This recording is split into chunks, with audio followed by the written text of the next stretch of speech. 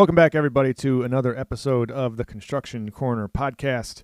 It has been a hot minute since I have been personally on the mic, either solo or with Dillon. So today, I'm going to do a quick solo show. Quick for a few reasons. I'm recording this on the Sunday after Thanksgiving. I'll be honest with you, I procrastinated. I put this off until way too late in the day. It is snowing. It is right in the thick of whitetail deer hunting season here in Michigan, so I am sitting here in HQ2 in the studio, dressed in my full camo, with my rifle leaning against the table, and I am ready to rock. But I need to knock this little podcast here off first. So today we're going to kind of do a real quick, high-level overview of another topic in the traction book in the series from Gino Wickman. Today's topic is going to be on rocks. We have talked a lot about rocks, although I don't know if we necessarily use them by name. That'd be Dillon and I. We use rocks in my company. We've used rocks in previous companies where I've been at. They're really a great way to organize and structure your activities and your mindset for the upcoming period of time in front of you. Now, I'm being intentionally vague with this because rocks are very useful, but only if you use them correctly. There are organizations where I used to work where rocks were really kind of bullshit. It was busy work. At least that's what it felt like to all of us. So we would have to, have these 3 to 5 tasks. I don't remember how many we had there. And they were things that needed to get done, but they weren't ever really given a ton of thought. They certainly were never really spoken about until the end of the time period. And then it was, did you do them or not? Yes, no.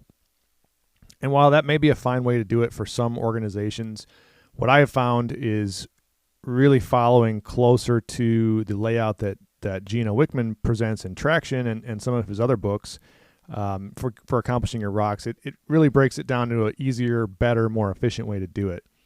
So the idea of rocks, once you have a long-term vision in place for your company, then you are ready to establish your short-term priorities.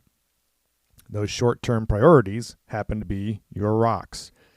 And when done properly, everyone, top to bottom in your organization, will have rocks. The company will have rocks, the leadership team will have rocks, and each and every employee will have rocks. Now, the best way to do this is to assign rocks every quarter. So every 90 days, all of those individuals and the company that I just listed each have a set of rocks, somewhere between 3 and 7, although typically less is more with this sort of thing. It's kind of the mindset that if you put too many things on your power list, then you don't get shit done, right? When everything is important, then really nothing is important. So err on the side of doing less, especially if you're just rolling this out to your organization or to your family or wherever you think this might be beneficial to try. So let's say everyone in the company gets 3 rocks. Candidly, here's where we're going to rip the Band-Aid off a little bit on myself. What we have done is gotten really fucking lazy at the construction company. And when I first unleashed the topic of rocks and we first kind of put these in place, there was 3 people, I think, in total in the company. And it was probably the wrong time and place. There was so much to do regardless of what our vision was and whatever priorities were. There was just a never-ending list of things that had to get done or else we would sink. So I think it was probably the wrong time, wrong place, and certainly with the wrong people to unleash it when I first did. But what I've allowed to have happen is over the years, as our team has grown and we've gotten more cohesive and now we're at a spot, frankly, where I'm really confident. I'm really happy with the progress we've made as a team. I'm happy with the direction we're moving.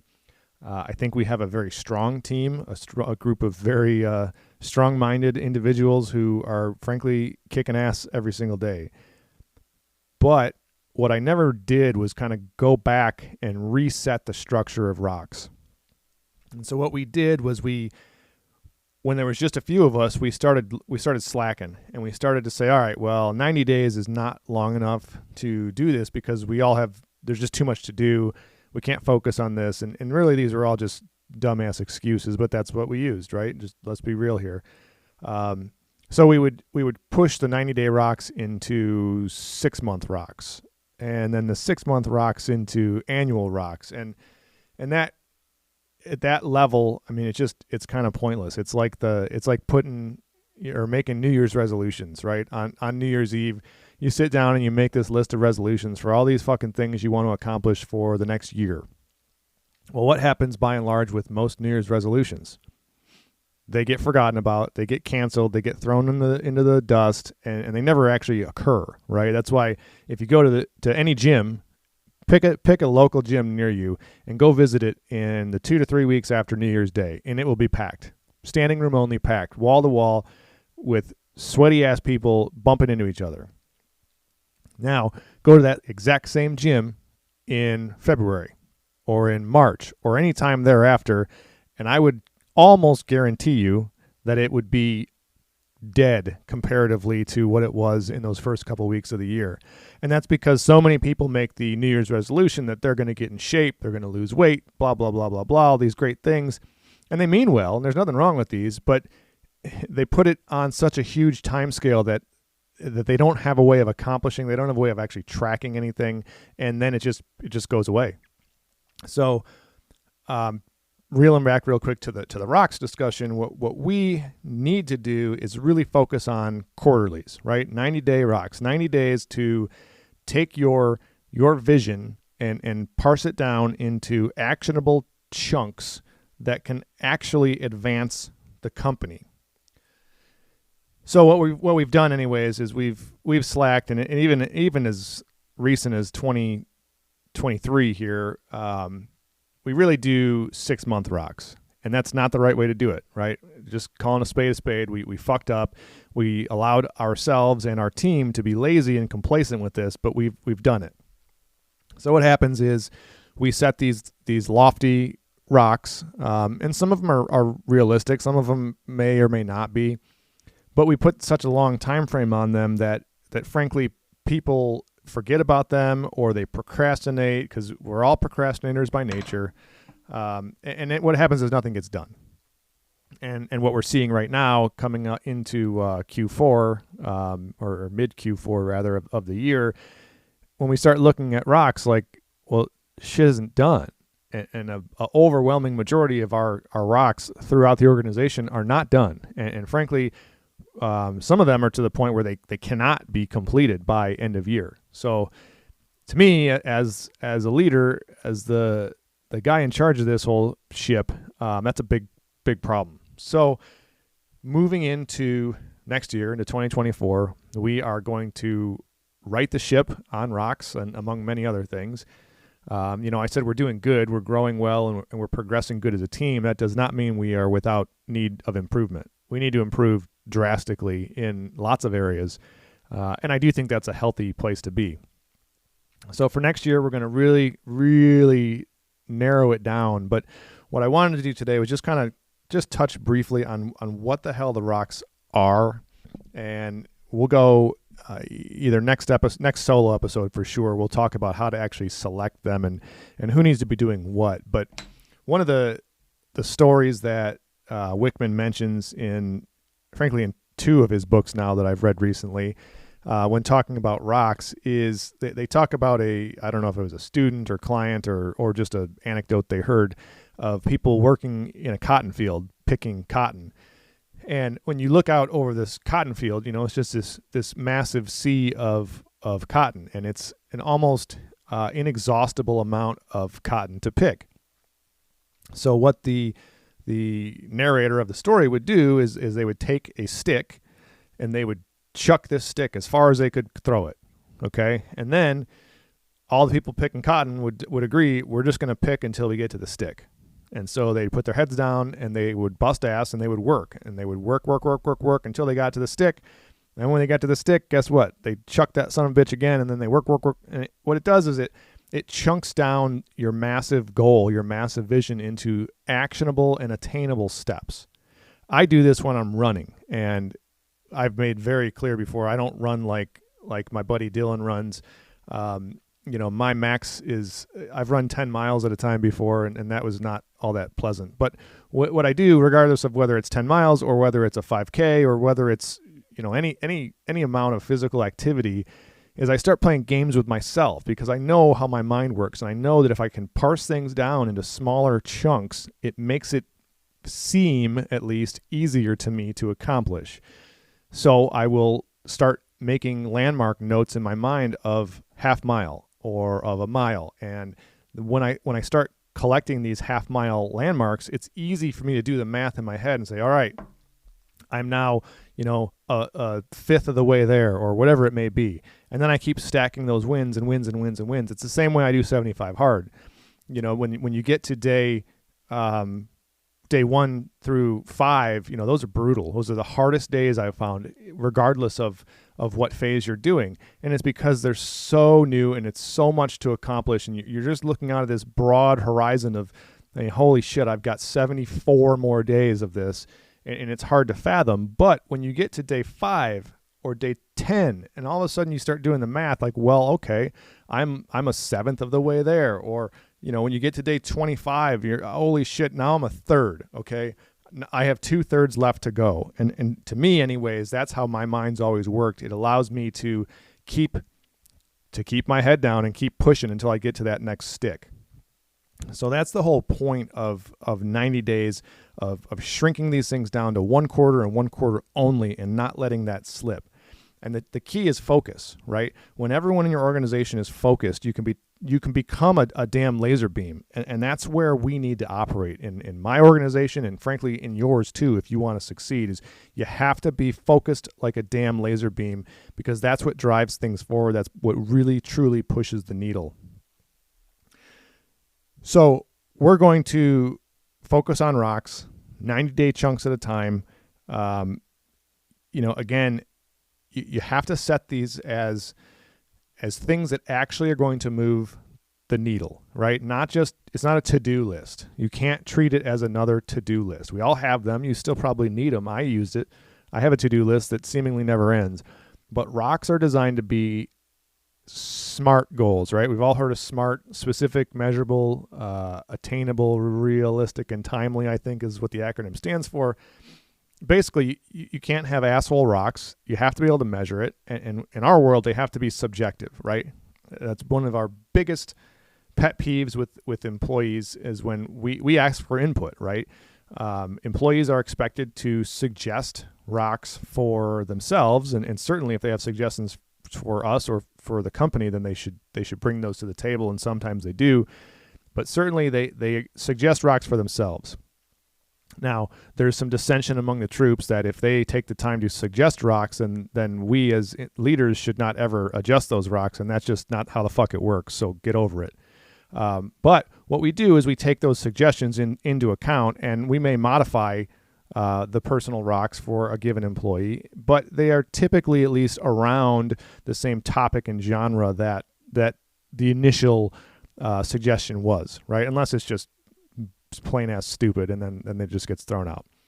But the biggest pet peeve I have is these, they have to be subjective, okay? At the end of 90 days, and again, we've been doing it in 6-month periods, so it doesn't work as well, but moving forward, at the end of 90 days, you have to be able to ask the question, did you do rock number 1? Yes or no? Did you do rock number 2? Yes or no? Rock number 3, so on and so on. And it has to be an easy yes or no answer.